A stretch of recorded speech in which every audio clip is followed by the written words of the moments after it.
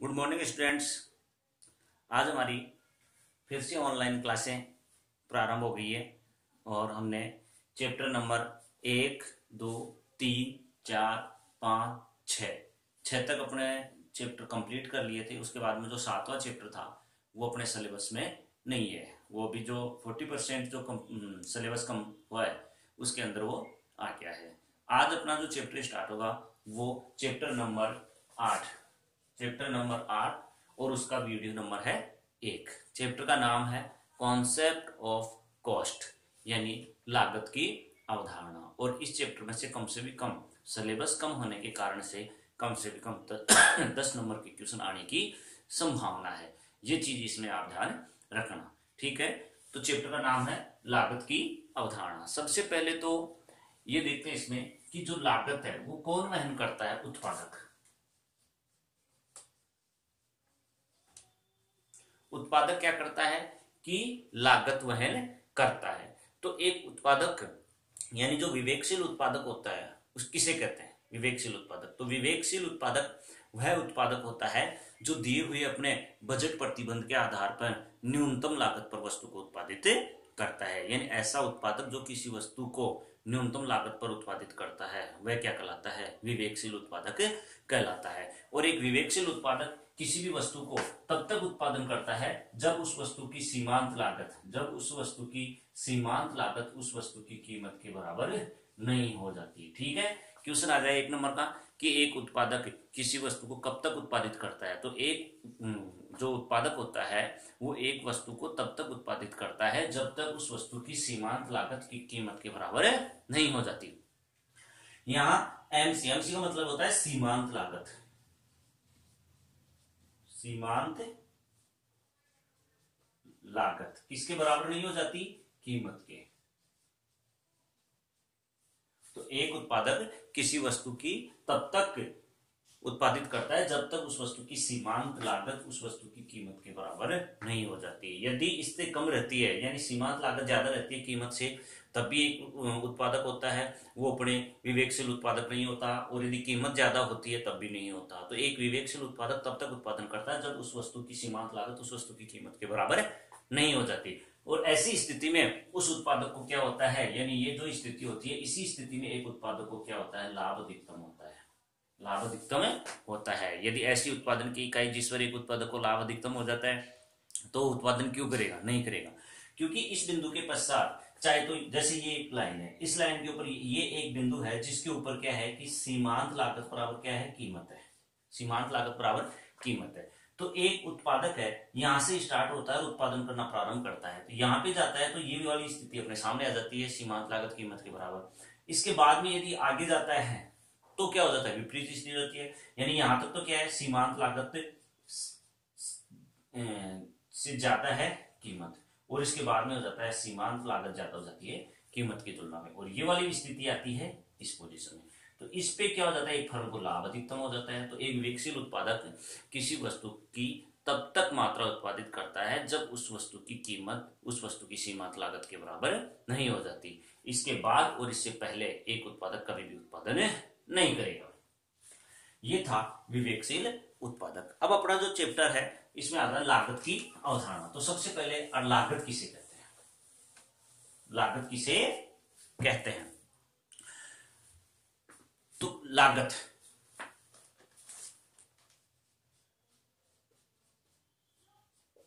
यानी कोई भी फर्म किसी भी वस्तु की इकाई को उत्पादित करने के लिए, कोई भी फर्म किसी भी वस्तु की इकाइयों को उत्पादित करने के लिए जितना भी वहन करती है, खर्चा वहन करती है, उसे क्या कहते हैं अर्थशास्त्र में? लागत। यानी कोई भी फर्म अपने उत्पाद को निर्गत भी बोलते हैं। जो उत्पाद होता है यानी लागत क्या होती है? कोई भी फर्म अपने उत्पाद या निर्गत, इसको बोलते हैं आउटपुट। यानी कोई भी फर्म अपने उत्पाद निर्गत अर्थात आउटपुट को तैयार करने में प्रयुक्त आगतों पर, प्रयुक्त यानी कोई भी फर्म उत्पाद निर्गत अथवा उत्पादन को उत्पादित करने के लिए कोई भी फर्म किसके ऊपर? आगतों पर। आगत मतलब साधनों पर जो कुछ भी व्यय करती है वो क्या कहलाती है? लागत। क्या कहलाती है? लागत। यानी कोई भी फर्म उत्पादन, निर्गत अथवा आउटपुट को तैयार करने के लिए साधनों पर या आगतों पर जो कुछ भी क्या करती है, व्यय करती है, उसे क्या कहते हैं? लागत। ठीक है। कोई भी फर्म अपने उत्पाद, निर्गत अथवा आउटपुट को तैयार करने में उत्पादन के जो साधन होते हैं, आगत होते हैं, आगत भी बोलते हैं इनको, आगत या साधन होते हैं, उनके ऊपर जो कुछ भी व्यय करती है वही क्या कहलाती है? लागत अर्थशास्त्र में। ठीक है। अब लागतें कितने प्रकार की होती है? लागतों की अवधारणा में लागतें कितनी प्रकार की होती है? अब जो लागत होती है, लागतों की अवधारणा में मुख्य रूप से जो लागत होती है, सबसे पहले जो एक नंबर पे आती है वो है अपने सामाजिक लागत।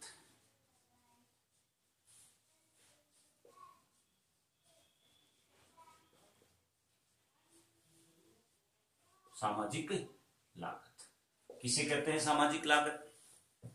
यानी सामाजिक लागत में वे सभी त्याग और कष्ट शामिल किए जाते हैं, या सामाजिक लागत वे लागत होती है जिसके अंतर्गत वे सभी त्याग और श्रम शामिल किया जाता है, कष्ट शामिल किया जाता है, जिसे एक समाज परोक्ष रूप में वहन करता है, अप्रत्यक्ष रूप में वहन करता है। ठीक है। यानी सामाजिक लागतें वे लागतें होती हैं जिनके अंतर्गत वे सभी कष्ट, त्याग और श्रम यानी परिश्रम शामिल किया जाता है, जिन्हें एक समाज परोक्ष रूप से वहन करता है। इसे सामाजिक लागतें कहते हैं।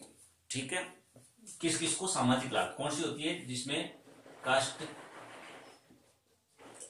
त्याग और श्रम, यानी ये सारे के सारे क्या करता है, या श्रम को भी आप क्या कर सकते हो, इसमें छोड़ सकते हो। यानी सामाजिक लागत में वे सभी लागतें शामिल की जाती है जिसमें कष्ट और त्याग शामिल किया जाता है, और एक समाज क्या करता है, इनको अप्रत्यक्ष रूप से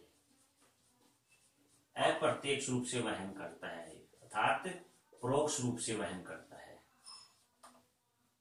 परोक्ष रूप से वहन करता है। ऐसी लागतों को क्या कहा जाता है? सामाजिक लागत कहा जाता है। कौन कौन सी होती है? जैसे प्रदूषण है, शोरगुल है, धुआं है, या अन्य किसी प्रकार का जैसे ध्वनि प्रदूषण है इत्यादि इसके अंतर्गत शामिल किया जाता है। और जो सामाजिक लागतें होती हैं, इन लागतों का ठीक ठीक अनुमान लगाना भी काफी कठिन होता है। प्रत्यक्ष रूप से किस प्रकार से वहन करनी पड़ती है? जैसे आपके एरिया में कोई फैक्ट्री है और फैक्ट्री होने के कारण या तो वहां पे जल प्रदूषण आता है, या फिर आपको वहां से धुएं वगैरह या अन्य किसी प्रकार का ध्वनि प्रदूषण का सामना करना पड़ता है, जिसके कारण आपका स्वास्थ्य खराब होता है, और स्वास्थ्य खराब होता है तो आप हॉस्पिटल या अन्य किसी स्थान पर दिखाने के लिए जाते हैं, और दिखाने जाते हो तो आपको कुछ ना कुछ उसके ऊपर व्यय करना पड़ता है। ठीक है। तो अप्रत्यक्ष रूप से यानी उत्पादन कौन कर रहा है? फैक्ट्री वाला, फर्म वाला, लेकिन उसकी लागत किसको वहन करनी पड़ रही है? अप्रत्यक्ष रूप से या परोक्ष रूप से आप लोगों को वहन करनी पड़ती है। इस प्रकार की लागत होती है वो सामाजिक लागत कही जाती है। अब दूसरी प्रकार की जो लागत है वो है अवसर लागत। अवसर लागत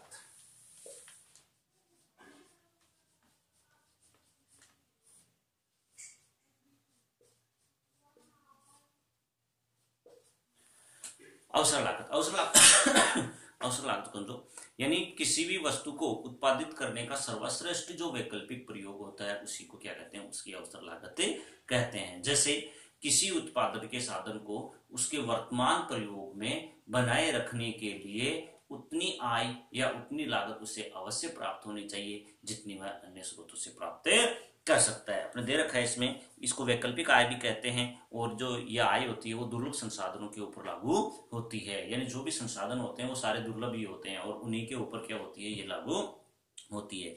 यानी किसी भी साधन को उसके वर्तमान उपयोग में लगाए रखने के लिए उसे न्यूनतम राशि प्रतिफल के रूप में अवश्य प्राप्त होनी चाहिए जितनी वह अन्य श्रेष्ठ वैकल्पिक उपयोग से अर्जित कर सकता है। इसी को क्या कहते हैं? अवसर लागत कहते हैं। यानी कोई भी जो उत्पादन का संसाधन है उस संसाधन को उसके वर्तमान प्रयोग में बनाए रखने के लिए उससे वहां पर उतनी न्यूनतम राशि अवश्य प्राप्त होनी चाहिए जितनी वह अन्य स्रोत से प्राप्त कर सकता है। यही उसकी क्या कहलाती है? अवसर लागत कहलाती है। जैसे मैं कहीं काम करने के लिए जाता हूँ और वहां जैसे 2 घंटे पढ़ा के आता हूँ 2 घंटे पढ़ाने के मेरे को वहां पे 10,000 रुपये मिलते हैं।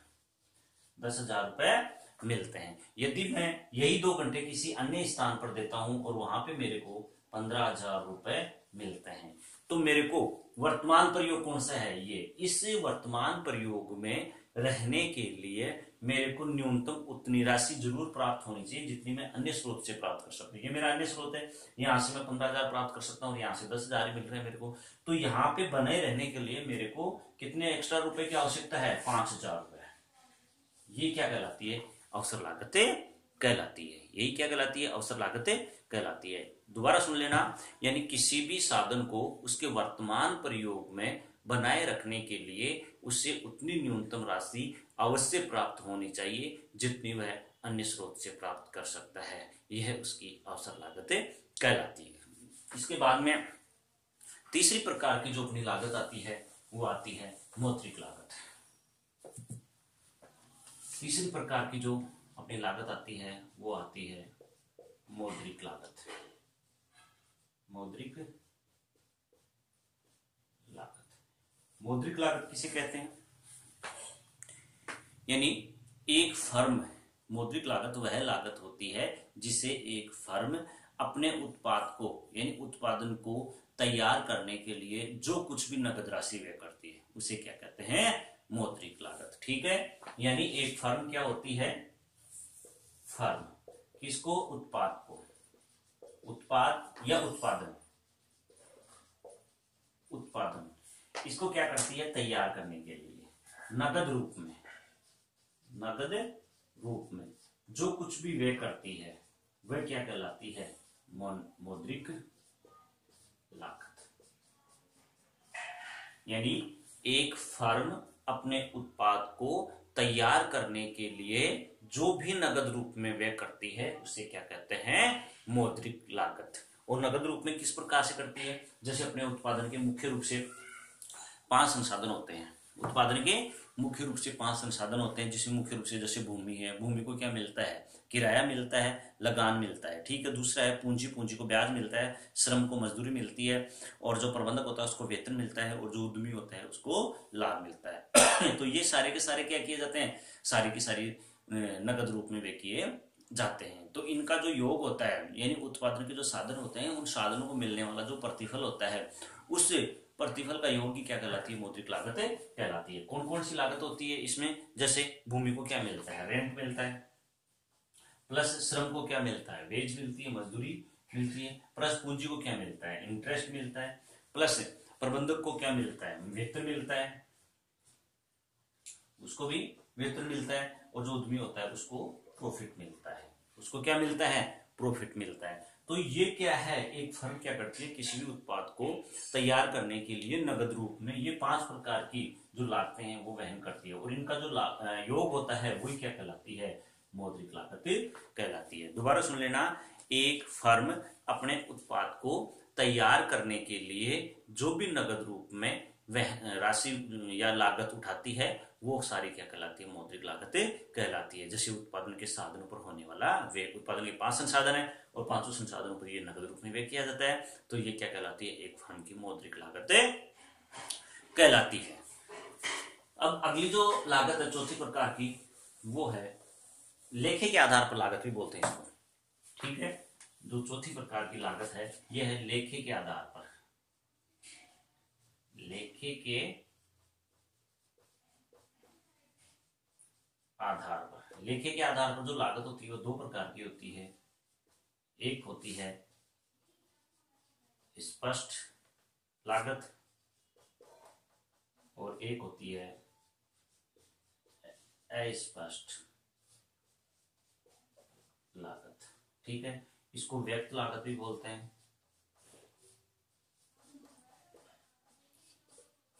और इसको अव्यक्त लागत भी कहते हैं। ठीक है, लेखे के आधार पर जो लागतें होती हैं वो 2 प्रकार की होती है, एक स्पष्ट लागत और दूसरी होती है अस्पष्ट लागत। स्पष्ट लागत को व्यक्त लागत कहते हैं और अस्पष्ट लागत को अव्यक्त लागत कहते हैं। तो ये लागतें कौन है, स्पष्ट लागतें। ठीक है, स्पष्ट लागतें, स्पष्ट लागतें वे लागतें होती हैं जिसे एक फर्म लेखे में शामिल करती है या हिसाब किताब की इकाई के रूप में शामिल करती है। ऐसी लागतों को व्यक्त लागत या स्पष्ट लागतें कहते हैं। और एक फर्म ऐसी लागतें जिनको लेखे में या हिसाब किताब में शामिल नहीं करती है, उस प्रकार की लागतों को अस्पष्ट लागतें कहते हैं। जैसे सभी प्रकार के कौन कौन सी लागतें को शामिल करती है, जैसे मजदूरी, श्रम, मजदूरी, लगान, ब्याज, वेतन या जो भी लाभ होता है वो सारा का सारा किसमें शामिल किया जाता है, स्पष्ट लागतों में शामिल किया जाता है। इसका लेखा जोखा रखा जाता है। यानी ऐसी लागतें जिनको बही खाते में रखा जाता है या लिखा जाता है, ऐसी लागतों को बोलते हैं स्पष्ट लागत। और ऐसी लागतें जिनको बही खाते में या हिसाब किताब की इकाई में शामिल नहीं किया जाता है, ऐसी लागतों को क्या रखा जाता है, अस्पष्ट लागत के अंतर्गत रखा जाता है। जैसे अस्पष्ट लागत के उदाहरण है, जैसे उद्यमी की स्वयं की जो पूंजी होती है उस पर किसी प्रकार का कोई ब्याज नहीं देता, तो उसको शामिल नहीं किया जाता है। ठीक है, उद्यमी का स्वयं का कोई फर्नीचर है या कोई भूमि है या कोई मकान है या कोई मशीनरी है, इनके ऊपर होने वाला जो लाभ होता है इनका, उसको शामिल नहीं किया जाता है। तो इस प्रकार की जो लागतें होती हैं वो अस्पष्ट लागतें कहलाती है। दोबारा समझ लेना, स्पष्ट लागतें वे लागतें होती हैं जिनको लेखे के रूप में शामिल किया जाता है, यानी हिसाब किताब की इकाई में शामिल किया जाता है। अस्पष्ट लागतें वे लागतें होती हैं जिनको लेखे के रूप में शामिल नहीं किया जाता है, हिसाब किताब की इकाई में शामिल नहीं किया जाता है। आपके क्वेश्चन आ सकता है स्पष्ट लागत और अस्पष्ट लागत में अंतर बताइए। अब जो अपनी लास्ट है वो है पांचवी लागत है, वो है समय के आधार पर।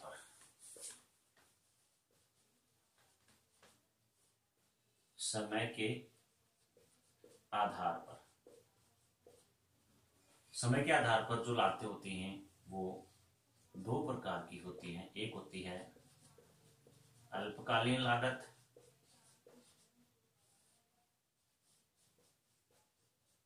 और एक होती है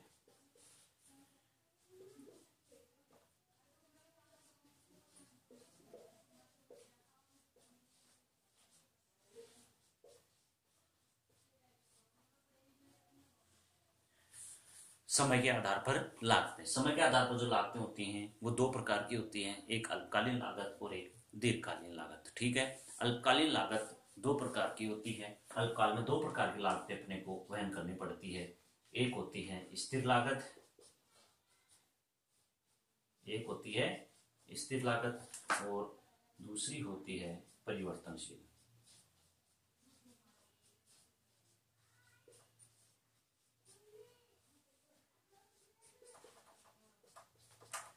स्थिर लागत और परिवर्तनशील लागत। देखो इसमें इसको ए और इसको बी। ठीक है, समय के आधार पर, समय के आधार पर लागतें दो प्रकार की होती है, एक अल्पकालीन लागत और एक होती है दीर्घकालीन लागत। ठीक है, अल्पकालीन लागतें होती हैं वो दो प्रकार की होती हैं, एक स्थिर और एक परिवर्तनशील लागत। तो देखो सबसे पहले अल्पकालीन लागत। अल्पकालीन लागतें वे लागतें होती हैं जिनको अल्पकाल में एक फर्म स्थिर एवं परिवर्तनशील साधनों पर वहन करती है, इसे अल्पकालीन लागत कहते हैं। ठीक है, दीर्घकालीन लागतें वे लागतें होती हैं जिनमें सभी उत्पादन के साधनों पर वहन की जाती है। दीर्घकाल में किसी प्रकार की कोई स्थिर लागत नहीं होती है, जितनी भी लागतें होती है सारी की सारी परिवर्तनशील लागतें ही होती है, कोई लागत स्थिर नहीं होती है। अल्पकाल में जो होती है वो स्थिर लागत होती है। स्थिर लागत, स्थिर लागत वे लागत होती है ऐसे संसाधन जो अल्पकाल में स्थिर रहते हैं और उनके ऊपर एक फर्म को लागत वहन करनी पड़ती है। जैसे भूमि का किराया है, स्थायी कर्मचारियों का वेतन है, स्थायी विद्युत शुल्क है, ये सारे के सारे क्या है, स्थिर लागत है। यदि एक फर्म या एक व्यक्ति कोई भी दुकान किराए पे ले रखा है और उसको नहीं खोलता है, वो ओपन नहीं करता है, चाहे 1 महीने बंद रहती है, तो उसका किराया तो उसको देना ही पड़ेगा।